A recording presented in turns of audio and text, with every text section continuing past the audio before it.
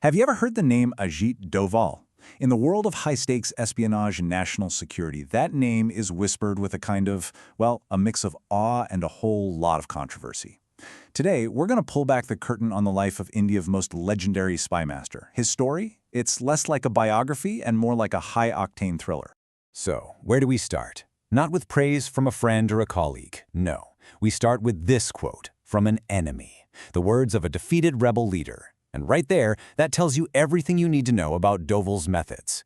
He wasn't about brute force. He was about getting inside his enemy's head and dismantling them, piece by piece, from the inside out.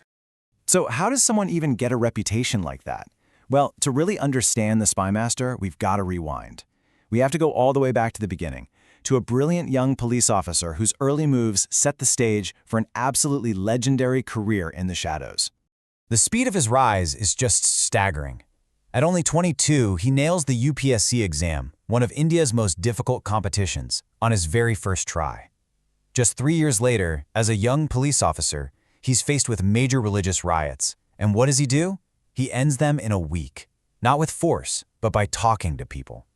This kind of out-of-the-box thinking got him noticed, big time. He was pulled from his regular duties and fast-tracked straight into the Intelligence Bureau, the IB. Okay, so this is where the story really takes off. Once he's in the IB, Doval starts undertaking some of the most daring, most high-stakes undercover missions in the country's entire history. So here's the puzzle he's facing in the state of Mizoram. You've got this really charismatic leader, denग, who has declared independence. He's got army defectors with him. He's got the support of the local people. You can't just send in the army. That would only create martyrs and make the whole situation 10 times worse. You needed a whole new playbook. And this right here, this becomes his signature move. He doesn't go in with guns. He goes in alone, undercover. He works his way in with the 7 top rebel commanders, becomes their friend. And then he starts to find the little cracks, the friction between them and their leader. And over 2 years, he convinces 6 of them to flip. The entire rebellion just collapsed. Not with a bang, but with a whisper. He did something similar in Sikkim. The local king there married an American, and there were serious fears of CIA influence right on India's border. So they send in Doval. Again, no military action. Instead, he just quietly backs a pro-India political party, helps him rise, and it leads to a vote where 97% of the people chose to merge with India. A massive geopolitical victory, achieved without a single shot fired. And then came probably his most dangerous mission ever, 7 years deep undercover in Pakistan. 7 years pretending to be someone else, gathering critical intel on their nuclear program. He was almost caught twice. Once, someone noticed his ears were pierced, which is a Hindu custom. Another time, an old man in a mosque pointed out that his fake beard was coming loose. Can you imagine the nerve it took to survive that and keep on going? Now look at this contrast, because it's so important. In 1984, the military assault known as Operation Blue Star was a tragedy. 4 years later, the same thing happens. Militants take over the Golden Temple. But this time they send Doval. He goes in disguised as an agent from Pakistan's ISI, pretending to be on their side. He got all the intel on their positions, helped coordinate a siege from the inside, and ultimately convinced them to surrender. The same objective, but achieved with intelligence, not bloodshed. But look, a life in the shadows isn't just one win after another. Doval's career was also full of these incredibly tense crises and, well, meticulously planned operations that just went completely sideways for reasons he couldn't control. In 1999, the entire nation was glued to their TVs, watching the hijacking of flight IC-814. The plane was in Taliban-controlled Afghanistan, so a rescue mission was impossible. Doval, who was the expert negotiator, was sent in, and after a week of pure tension, he got every single passenger out alive. But the cost was huge. India had to release 3 very dangerous terrorists. It was a deal that saved lives, but everyone knew it was a major blow to national security. You'd think retirement would mean taking it easy, right? Not for Doval. In 2005, he gets wind that one of India's most wanted criminals, Dawood Ibrahim, is going to be at a wedding in Dubai. So what does he do? He personally recruits hitmen from a rival gang to take him out. The whole thing was set. The shooters are in a hotel getting their final instructions from Doval himself. And at that exact moment, a team from the Mumbai police, who had no idea about this top-secret mission, bursts in and arrests his guys. Just like that, because of a complete lack of coordination, a golden opportunity to take out a major threat just vanished. So he's officially retired, out of the government. Most people would just write their memoirs and fade away.